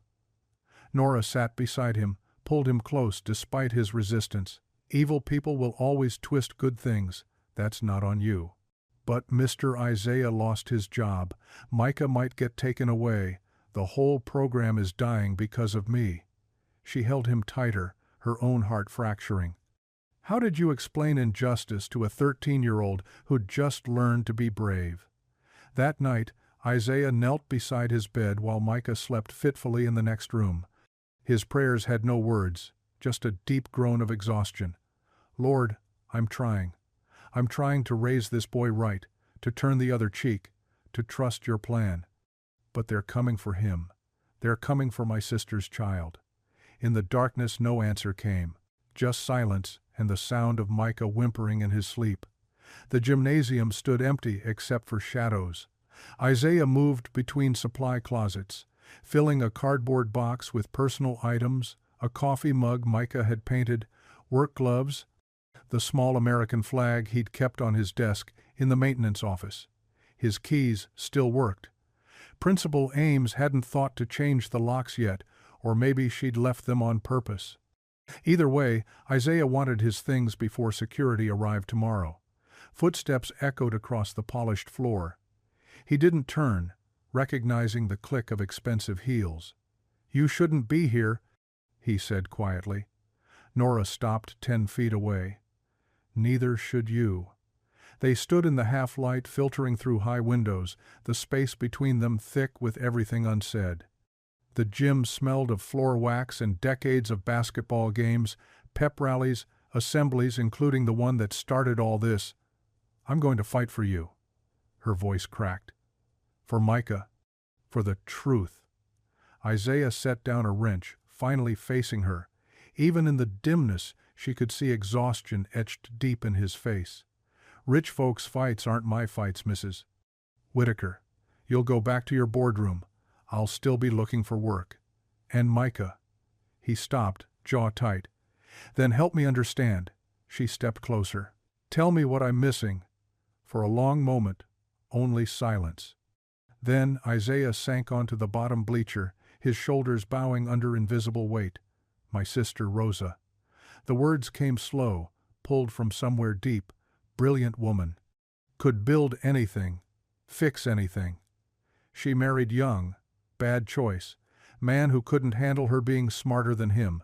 When Micah came along, she poured everything into that boy. Nora sat beside him, careful to leave space between them. "Cancer took her in 8 months. Went from diagnosis to hospice before we could even catch our breath." "Last thing she asked." His voice roughened. She grabbed my hand, tubes everywhere, barely able to speak. Said, "Promise me you'll raise him. Promise me you'll keep him safe." The gym's stillness pressed around them. I held her hand and swore on our mother's memory. Told her I'd protect him with my life. Isaiah rubbed his face. But I can't protect him from videos and lawyers and people who see us as problems to solve instead of people trying to live. Nora's throat tightened. She understood that hospital bedside promise, that moment when life narrowed to a single vow. When James died, she said softly, Ethan was 10. They had to pull me off his coffin at Arlington. All those rifles firing, the flag folding, it felt like theater, not real. I kept thinking he'd walk through the door, laugh at the mistake. Isaiah turned slightly, listening. The company needed me functional. The board needed me strong. Ethan needed a mother who wasn't falling apart. So I became this. She gestured at her suit, her polished exterior. CEO Nora. Competent Nora. Never let them see you cry, Nora. And somewhere in all that performing strength, I stopped seeing my own son drowning. The confession hung between them. He wasn't drowning because you were working, Isaiah said gently. He was drowning because he couldn't read, and nobody knew to throw him a line. You knew. First day you met him, you probably knew. I recognized it. My sister had it too. Dyslexia runs in families sometimes. They sat quietly, two parents carrying their ghosts. I'm scared, Nora admitted. Scared they'll take Micah from you. Scared Ethan will go back to that angry boy. Scared this whole town will choose comfortable lies over hard truths. Isaiah nodded slowly. Fear's honest, but fear doesn't win. Not if we don't let it. Without thinking, Nora reached over, placing her hand over his weathered one. He didn't pull away. Pray with me? She asked. In the darkened gym where children played and dreams were born and sometimes broken, they bowed their heads. Isaiah's voice, steady and deep, filled the space. Lord, we're tired. We're scared. We're trying to raise these boys right in a world that seems bent on tearing down what we build. Give us strength for tomorrow. Give us wisdom to see the path. Protect Micah. Guide Ethan. Help us stand when standing seems impossible. Amen, Nora whispered. They rose together, different than when they'd sat. Not CEO and janitor. Not employer and employee. Just two people who'd buried loved ones, raised children alone, and refused to let lies win. I'm going to get that unedited video, Nora said, new steel in her voice. Principal Ames has to have security footage. Cameras were installed 2 years ago. They keep 30 days of recordings. Then we have time. Isaiah picked up his box. What makes you think Priscilla will help? Because underneath the politics, she's decent. She just needs someone to remind her what courage looks like. They walked toward the exit together. At the door, Isaiah paused. Thank you, he said simply. For what? For seeing Micah, for seeing me, for fighting when you could walk away. Outside, November air bit sharp and cold. Stars wheeled overhead, indifferent to human struggles. But inside both their hearts, something had shifted. Not hope exactly, hope was too fragile, something fiercer. Defiance, maybe. Or faith. Nora pulled out her phone as Isaiah's truck disappeared into darkness. Principal Ames answered on the third ring. Priscilla? It's Nora. Her voice carried across the empty parking lot, clear and unmistakable. We're going to clear his name. Dawn crept gray through Principal Ames's office windows. Nora arrived before the first bus, finding Priscilla already hunched over her computer, scrolling through security files. Coffee's fresh? Priscilla said without looking up. We'll need it. They worked in focused silence, clicking through hours of footage. 7:30, 8 o'clock. 8:15 there. The assembly. Stop. Nora leaned forward. Can you enhance it? The image sharpened. Clear as daylight, they watched Isaiah cross the gym floor. No aggression, no grabbing. Just a man moving with quiet purpose, placing one protective hand on his nephew's shoulder while speaking to Ethan. Firm, yes. Threatening? Never. My God, Priscilla breathed.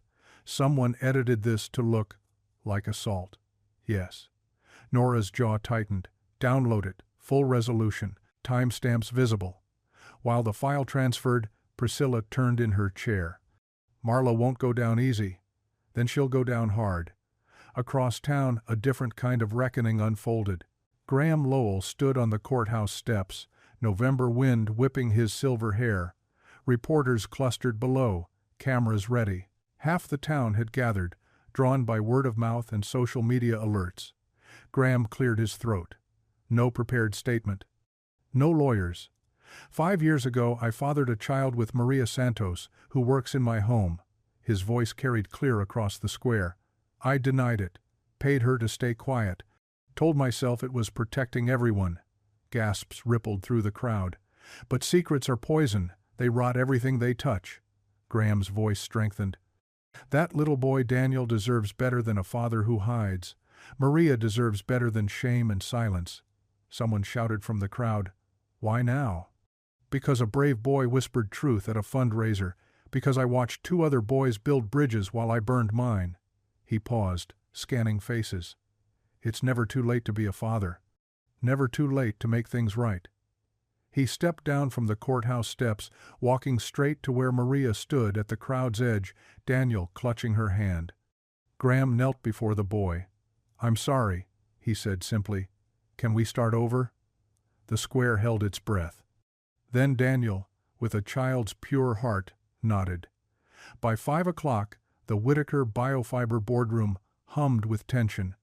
Emergency session, all 12 members present. Marla sat at the far end, manicured nails tapping the mahogany table. This is ridiculous, she said. A witch hunt based on gossip, based on evidence. Nora connected her laptop to the screen. Watch. The unedited assembly footage played. Every board member leaned forward. When it ended, silence stretched thick. That's completely different from what circulated online, Board Chairman Williams said slowly. Because someone doctored it. Nora clicked to her next file. Someone with access to school communications. Someone who knew exactly when to leak it for maximum damage. You're suggesting... I'm not suggesting anything. Nora opened her email. Rebecca from IT forwarded these this morning. The emails filled the screen. Marla's corporate account, sending anonymous tips to blogs. Marla's login, accessing personnel files about Isaiah. Marla's IP address, posting comments about dangerous janitors and questionable guardianship. The room turned to stare at Marla. Those could be faked. Our IT security logs don't lie. Williams interrupted. Neither do digital forensics. Marla's face went white, then red. I was protecting the company's reputation. You were destroying lives. Nora's voice cut sharp. A veteran, a grieving child, my son. For what? To make yourself look indispensable? Motion to terminate Marla Dean effective immediately, Williams announced. All in favor? 11 hands rose. Motion to reinstate Isaiah Brooks with full back pay? 11 hands again. Furthermore, Williams continued, I propose we expand Mr. Brooks's role, facilities supervisor, with a team under him. The man's shown more leadership in crisis than half our management. Seconded, Nora said quietly. The vote was unanimous. Isaiah sat on his front porch when Nora's car pulled up. She walked up the cracked sidewalk, her heels clicking against concrete. It's done, she said simply. Full reinstatement, promotion. Marla's gone. He stood slowly, processing. The board wants you back Monday, facilities supervisor. 20% raise. They saw the real video? Everyone will. We're releasing it tonight, with Graham's permission to include his statement. The truth, all of it. Through the window, Micah appeared, eyes wide with hope. Uncle Isaiah? Come here, son. Micah flew out the door, and Isaiah caught him, lifting him clear off his feet. They tried to break us, Isaiah said, voice thick with emotion. But the truth stood tall. Micah buried his face in his uncle's shoulder, whispering fierce and certain, I knew they'd see. I knew they'd see who you really are. They stood there, uncle and nephew, survivor and guardian, while November stars began their quiet vigil overhead. Tomorrow would bring new challenges. But tonight, truth had won its patient victory. The Whitaker Biofiber boardroom had never seen Graham Lowell arrive early. Yet there he sat at 7:30 sharp, no entourage, no bluster. Just a man with coffee and clear eyes. "Thank you for coming," Nora said as board members filed in. Williams, the chairman, called the session to order. "We've reviewed the evidence overnight. Ms. Dean, you have 5 minutes to respond." Marla stood. Designer suit immaculate, voice steady. "This is character assassination." Nora's lost perspective, letting emotion cloud judgment. "She's prioritizing a janitor over company stability, a veteran," Graham interrupted. "A man raising his sister's child." Marla's eyes flashed. "Since when do you care about employees' personal lives?" "Since I remembered I have a soul." Nora opened her laptop. "Let's discuss facts, not feelings." The screen lit up with spreadsheets.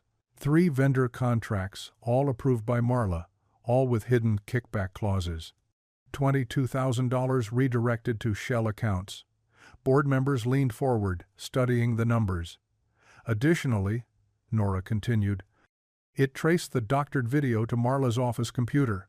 Timestamp, Sunday evening, 2 hours before it went viral.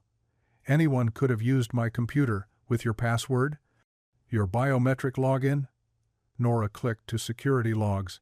"You were the only one in the building." Marla's composure cracked. "I protected this company when you went soft. When you let sentiment override strategy, I let humanity override hatred." Nora's voice stayed level. "You weaponized a child's grief. You tried to destroy a man for doing his job." "Motion to terminate," Williams announced. "All in favor?" Every hand rose. Even the members who'd supported Marla couldn't argue with embezzlement evidence. "Clear your office within the hour," Williams told Marla. "Security will escort you." Marla grabbed her briefcase, heels clicking sharp against marble. At the door, she turned. "You'll regret this. When quarterly numbers tank because you chose feelings over finances, we'll manage," Graham said quietly. "Integrity has its own returns." The door slammed behind her. An hour later, Nora walked the halls of Grace Hollow Middle School beside Isaiah. Students pressed against lockers, whispering, pointing, some breaking into smiles. "Mr. Brooks," a 6th grader waved. "You're back." "Never left," Isaiah replied, but his eyes crinkled with warmth. They turned the corner as sneakers pounded linoleum. Ethan tore down the corridor, skidding to a stop before Micah's locker. "They dropped it. Everything. You're staying." Micah's face transformed, worry melting into pure relief. The boys high-fived so hard their palms stung. "My uncle?" Supervisor now, with a raise and everything. Other students gathered, the story spreading like wildfire. The janitor they'd overlooked had stood firm against lies. The quiet kid would stay. The bully had become a friend. Principal Ames emerged from her office, catching Nora's eye. The board approved Bridges program expansion, full funding for spring semester. Veterans mentoring? Every Wednesday. Shop skills, life skills, whatever these kids need. Isaiah nodded slowly. "We'll need more tools, safety equipment. Make a list," Nora said. "Graham's covering supplies personally." That evening, the Whitaker dining room glowed with candlelight and unexpected ease. Micah studied the crown molding while Isaiah admired family photos. Ethan carried in a platter of roasted chicken like he'd been waiting tables his whole life. "Mom made biscuits from scratch," he announced. "They're only slightly burned." "They're golden brown," Nora corrected, setting down green beans. They ate with the careful courtesy of new friendship. Isaiah asked about Nora's late husband. She asked about his sister. The boys interrupted constantly, planning float improvements for next year's parade. "I wrote something," Ethan said suddenly, producing folded notebook pages. "A comic about 2 kids who build robots." He slid it toward Micah, vulnerability naked on his face. Micah read slowly, tracing words with his finger. "This is good, really good. The spelling's wrong in places. So?" The story's perfect. Micah grabbed a pencil from his pocket. Can I sketch the robot here? They bent over the pages together, Ethan describing his vision while Micah's pencil flew. Isaiah and Nora exchanged glances over their heads, two parents watching their boys heal each other. More chicken? Nora offered. Please. Haven't had cooking like this since. Isaiah paused. Since my sister's table. She taught you well. Micah's got beautiful manners. Your boy's got a good heart, just needed room to show it. After pie store bought, Nora admitted with a laugh, Isaiah and Micah prepared to leave. Ethan walked them to the truck, still clutching the comic. Next Wednesday? He asked Micah. We could work on issue 2. Deal. Isaiah started the engine, then stopped. Through the windshield, he watched Nora and Ethan standing in their doorway, porch light spilling gold across the lawn. Mother and son, no longer perfect, no longer pretending. Just present. He glanced at Micah, who was already sketching robot designs on his knee. Uncle Isaiah? Yeah? Think we could have them over to our place next time? Isaiah considered their small rental, its cramped kitchen, second-hand furniture. Then he thought about Nora sitting at his sister's old table, Ethan laughing at Micah's jokes, the four of them building something stronger than any corporate board or school program. Yeah, he said, pulling into the street. I think we could. Behind them, the Whitaker home glowed against November darkness, no longer a monument to success but simply a place where broken people had begun to mend. 3 weeks after Marla's departure, Grace Hollow Middle School's library buzzed with new energy. Veterans in worn caps sat beside 7th graders, guiding pencils across paper. The smell of sawdust drifted from the workshop where kids learned to measure twice and cut once. Remember, Isaiah told a group constructing birdhouses, patience builds more than wood, it builds character. Principal Ames walked the halls with clipboard forgotten, watching transformation unfold. The Bridges program had grown beyond anyone's imagination. Graham's grant arrived in full, and his public confession had inspired other donors. Local businesses offered apprenticeships. Churches donated supplies. Even the hardware store owner volunteered Tuesday afternoons. In the reading corner, Ethan sat cross-legged before a circle of 4th graders. A picture book trembled in his hands, the little engine that could. I think I can. He read slowly, finger-tracking each word. I think I can. He stumbled over mountain, the letters swimming. Old shame flickered, but he breathed deep. Mountain, he sounded out. The little engine climbed the mountain. A girl with pigtails raised her hand. My brother says you can't read good. Silence fell. Micah tensed beside Ethan, ready to defend. But Ethan smiled. Your brother's right. Reading's hard for me. My brain sees words different. He held up the book. But different doesn't mean dumb. And taking longer doesn't mean giving up. He continued reading. Slower than most, but steadier than before. When he reached the last page, I thought I could. The room erupted in small applause. Mr. Ethan, a boy whispered, I read slow too. Then we'll practice together. Needing help is brave. Micah pulled out their robotics model, a mechanical arm that could sort recycling. Ethan designed the concept. I just built it. We built it, Ethan corrected. That's what partners do. Parents gathering for pickup pressed against doorways, phones recording. Principal Ames dabbed her eyes with a tissue. This was why she'd become an educator for moments when children taught each other that struggling wasn't failing. That evening, the town hall overflowed. Isaiah had been asked to speak about guardian support, but he'd almost declined. Public speaking wasn't his strength. Nora convinced him otherwise. Your voice matters because it's real. He stood at the podium, hands steady despite his racing heart. The crowd quieted. 5 months ago, I became my nephew's guardian. Didn't plan it. My sister got sick fast, and at the end, she grabbed my hand and asked me to raise her boy. His voice caught. You don't say no to that kind of promise. He talked about sleepless nights, about Micah's silent grief, about feeling unqualified. I'm a janitor. What did I know about homework help or parent-teacher conferences? But then he spoke about community, the teacher who stayed late tutoring Micah, the neighbor who brought casseroles, the church that embraced them both. Family isn't always by blood. Sometimes it's by promise. Sometimes it's the people who show up when showing up is all you can do. He looked at Micah in the front row, sandwiched between Nora and Ethan. My nephew needed more than I could give alone. But alone wasn't what we got. We got Grace Hollow. We got people who saw us struggling and said, "Let me help carry that." The applause started slow, then swelled. People stood, teachers, parents, veterans, teenagers. Isaiah stepped back, overwhelmed, as Principal Ames announced new volunteer sign-ups for Guardian Support Services. Within minutes, 43 people had signed up. 2 Saturdays later, the Regional Robotics Fair packed the convention center in Charlotte. Teams from across North Carolina displayed their inventions, judges with clipboards weaving between tables. Micah's team, 3 kids from Bridges' program, stood beside their recycling sorter. Ethan had painted the banner, "Grace Hollow Middle, Building Tomorrow."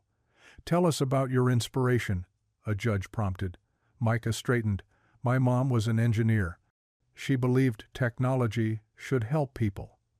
This machine sorts recycling automatically, making it easier for elderly or disabled people to participate in environmental protection." The judge scribbled notes. "And you all contributed?" Ethan designed the user interface, big buttons, clear symbols for people who struggle reading. Sarah programmed the sorting algorithm. I built the mechanical components. "True collaboration," the judge murmured, moving on. Hours crawled. Other teams had flashier robots, matching t-shirts, coaches with engineering degrees. Grace Hollow had Isaiah in his best flannel, Nora in jeans, and Ethan creating ridiculous cheers. Recycle, reuse, robots never lose. Finally, the announcement came. First place, Middle School Division, Grace Hollow Middle School. Micah froze. Sarah squealed. Ethan grabbed them both in a bear hug that nearly toppled the robot. At the podium, holding the trophy that caught afternoon light like hope itself, Micah spoke clear and strong. "This is for my mom, Rosa Rivera, who taught me that building things means building bridges between people.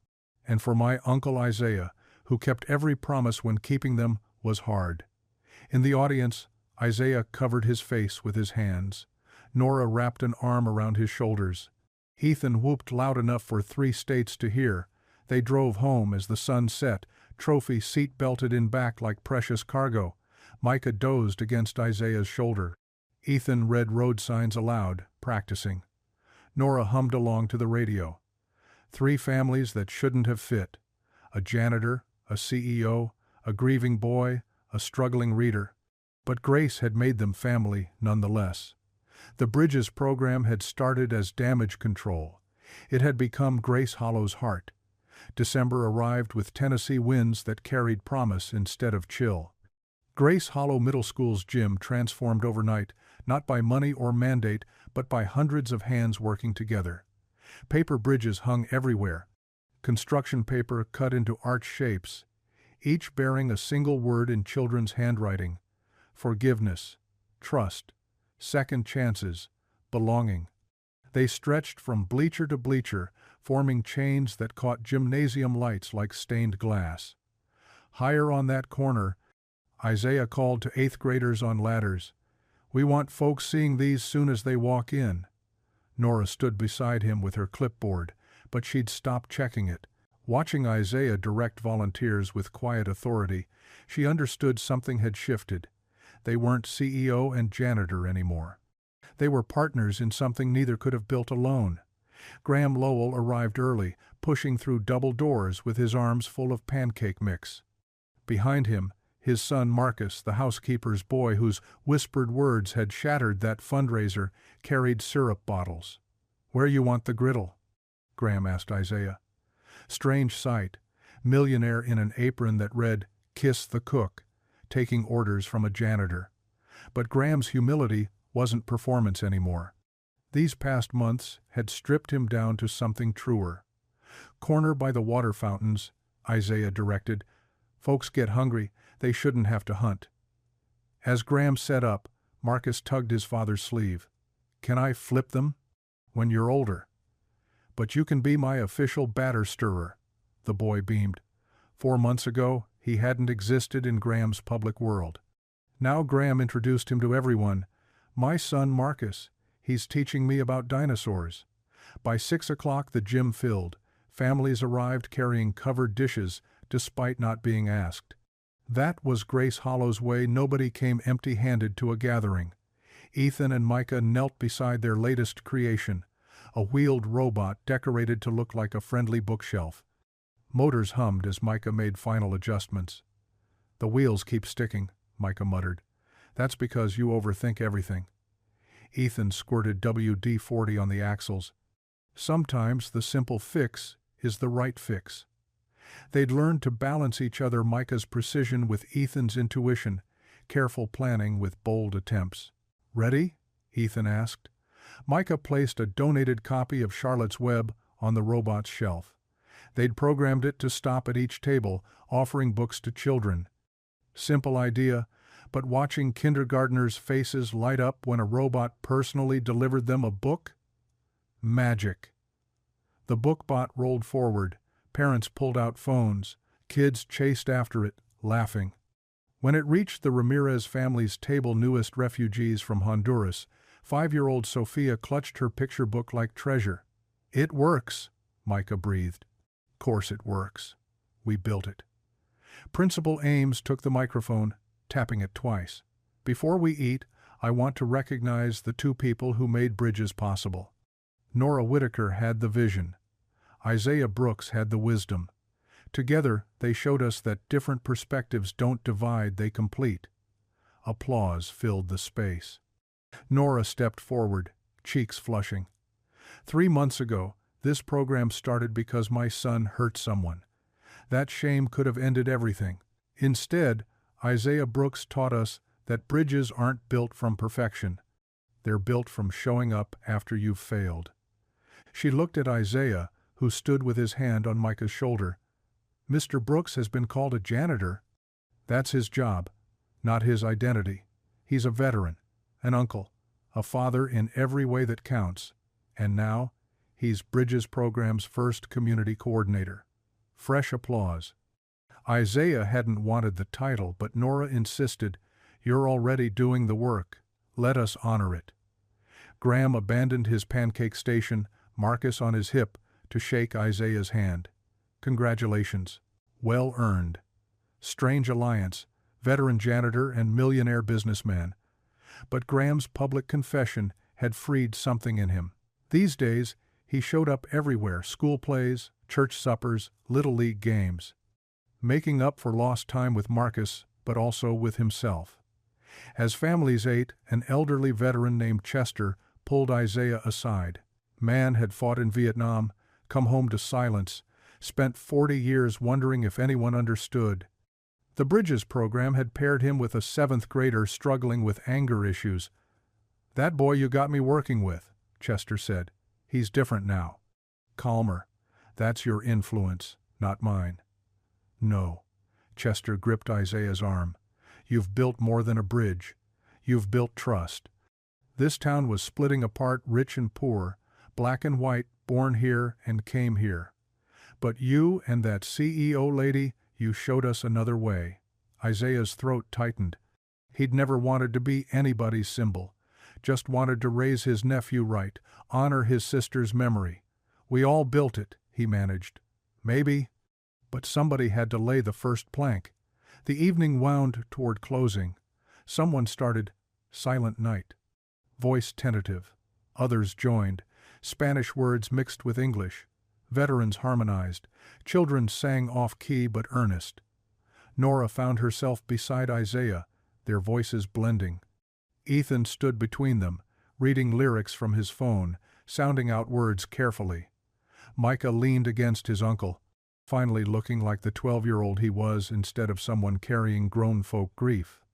Outside, December surprised them, fat snowflakes falling in a town that rarely saw a white Christmas. Children pressed against windows, gasping at the unexpected gift. "First snow in 5 years," someone murmured. Grace Hollow had needed more than weather miracles. It had needed people brave enough to admit breaking, humble enough to accept help, strong enough to try again. The paper bridges overhead caught the snow's reflection through windows, turning the whole gym soft and holy. Tomorrow would bring new challenges. But tonight, Grace Hollow sang together while heaven decorated their small town in white. The snow had turned Grace Hollow into something from a Christmas card. Nora's SUV crawled through streets that rarely needed plowing, windshield wipers working steady. In the back seat, the boys' voices bubbled with plans. "We could add a scanner," Micah said, "so it knows which kid already got a book, or make it talk.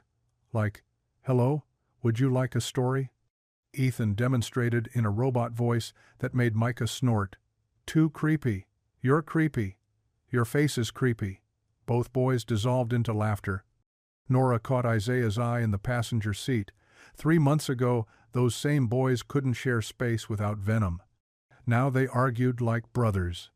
The Rivera Brooks rental sat dark except for the porch light Isaiah always left burning. Small house, but the yard was neat. Walkway shoveled before the snow even stopped. Man took care of what was his.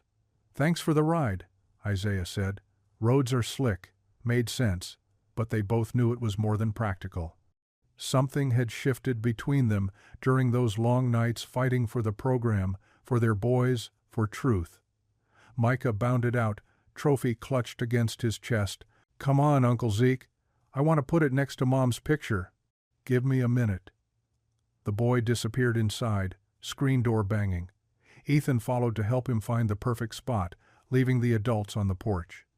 Snow fell between them, soft as whispered prayers. "Never thought we'd get here," Isaiah said. "Which part?" "Any of it."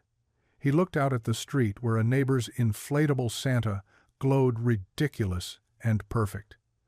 "When we first came to Grace Hollow, I figured we'd always be outsiders. Brown Janitor and his mixed nephew, that's all folks would see." "What do you think they see now?" Isaiah considered. "Maybe just us." The porch boards creaked under his shift of weight. Carpenter ant damage he'd been meaning to fix. Always something needing fixing when you owned nothing but still tried to make a home. "You know what I learned?" Nora pulled her coat tighter. "Pride's just fear wearing nice clothes. I was so scared of people seeing my failures as a mother, a leader, that I built walls instead of bridges." "We all build walls. You didn't. You stood in that gym, first day, and claimed Micah in front of everyone. No hesitation.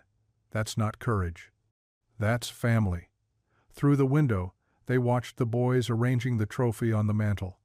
Ethan held it while Micah adjusted the angle, stepping back to evaluate, adjusting again. Such care for something that would gather dust in a week. But tonight it meant everything. "Your sister," Nora ventured. "Micah said she taught robotics?" "Middle school science. Kids loved her." Isaiah's voice carried the particular weight of grief, aged into acceptance. "When she got sick, she made me promise. Not just to raise him, to make sure he knew he was worth raising." "You've done that." "Have I?" "Boy's been through hell. Lost his mama, got dragged to a new town, bullied for being different, and survived it all. Thrived even, because you showed him how." Isaiah turned to study her face. The CEO polish had worn off months ago, replaced by something truer. She looked tired but not defeated, weathered but not broken. "That morning in the principal's office," he said, "you could have circled wagons, protected your boy, blamed mine. Rich folks usually do. My husband wouldn't have. First time she'd mentioned him directly." Isaiah waited. "Career military. Died in Afghanistan when Ethan was 4. The words came easier than expected. He believed in service, real service, not the kind you write checks for. "Watching you with Micah, the way you stood up, Michael would have done the same. Sounds like a good man. He was, but I forgot his lessons. Got so caught up in running the company, being successful, that I missed my own son drowning. You didn't miss it. You were drowning too. Something passed between them, recognition of shared weight, mutual respect for still standing despite it all. Sometimes it takes fire to forge family. She touched his arm gently, brief contact through winter coats. We've been through the fire. Isaiah's eyes glistened. That we have. A crash inside, followed by laughter. The boys had knocked something over, nothing broken, judging by their giggles. I should go. Nora stepped toward her car. Early meeting tomorrow. Nora, she turned back. Thank you. For fighting when you didn't have to.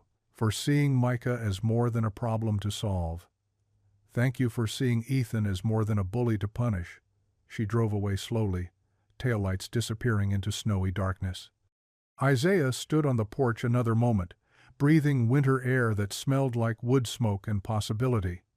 Inside, he found Micah passed out on the couch, trophy clutched like a teddy bear. Ethan must have left through the back door. Kid was learning to move quiet, respectful of other people's space. Isaiah pulled the quilt from the closet, the one his sister had made during her first round of chemo. Covered Micah, gentle as worship. Boy's face had lost that pinched look he'd worn for months. Finally looked peaceful. Your mama would be proud, Isaiah whispered. Not just of the trophy, of the kindness Micah showed Ethan, of the bridge they'd built from pain to purpose. Of the way he'd stood tall when the world tried to make him small. Rosa would be proud of them both, her brother who'd kept his promise, her son who'd found his voice. The snow kept falling, covering Grace Hollow's harsh edges in soft white mercy. Christmas Eve arrived wearing its finest snow, the kind that fell straight down in fat flakes like a blessing.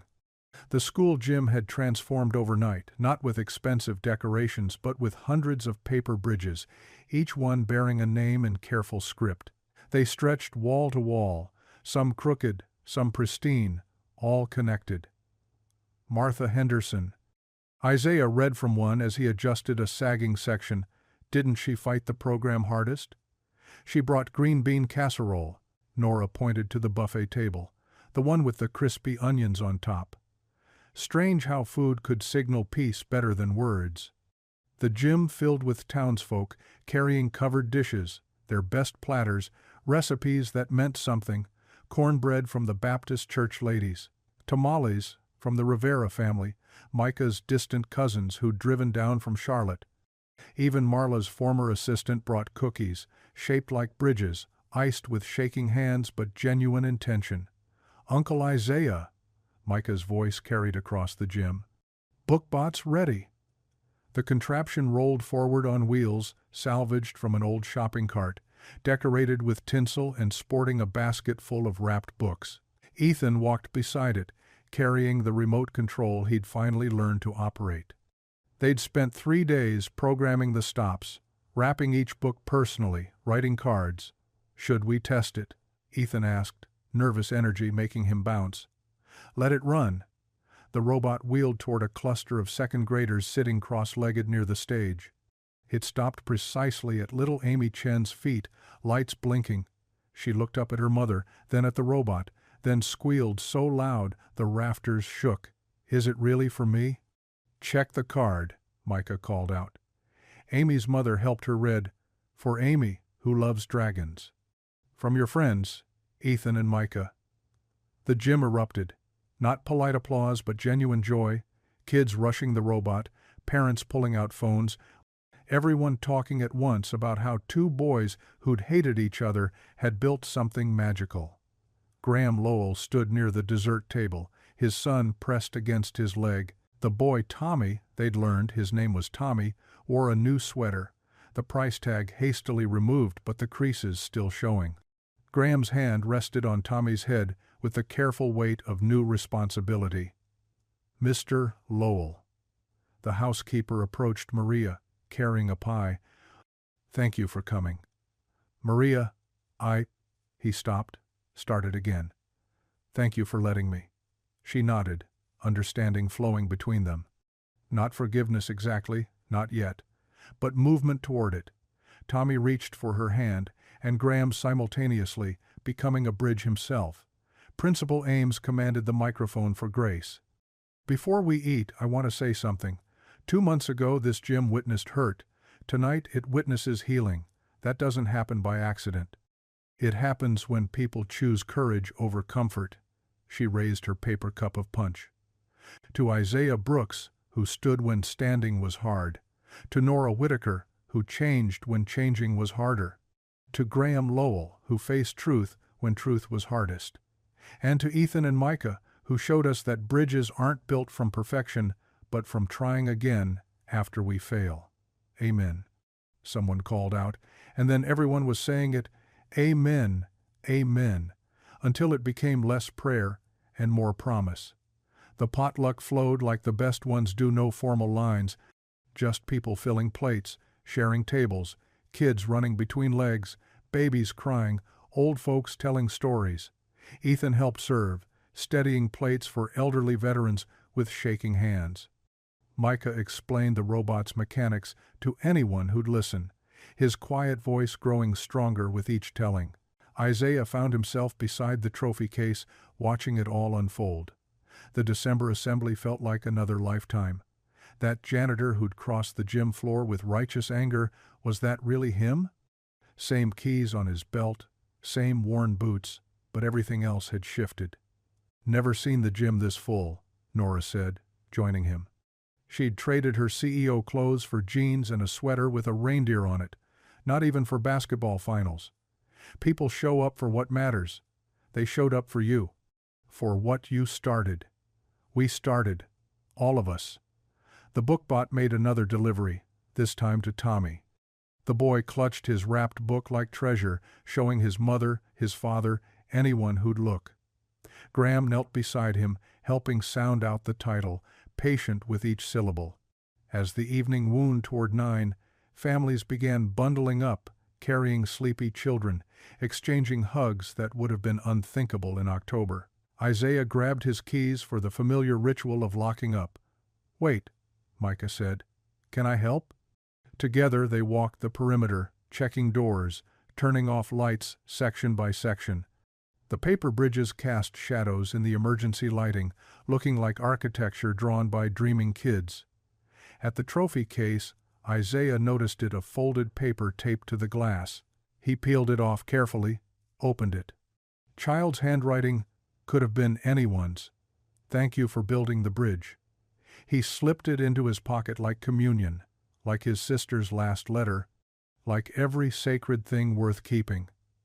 "What is it?" Micah asked. Proof that it mattered. Outside, snow had covered all the footprints from arrival, making everything new again. Nora's car idled in the lot, Ethan already inside, waiting to drive Micah home, their new tradition for Friday nights. "Merry Christmas, Isaiah," Nora called through her window. "Merry Christmas." He watched them drive away, 3 people who'd been strangers, then enemies, now something harder to name, but easier to feel. Family, maybe, or just folks who'd learned to see each other clear. The town glowed with porch lights, windows golden with tree lights, snow making halos around every street lamp. Isaiah stood in the parking lot, keys heavy in his pocket, that child's note pressed against his chest. Grace Hollow had changed, not completely, not perfectly, but enough. Enough that kids like Micah could be brilliant instead of broken. Enough that boys like Ethan could struggle without shame. Enough that men like Graham could fail and still find forgiveness.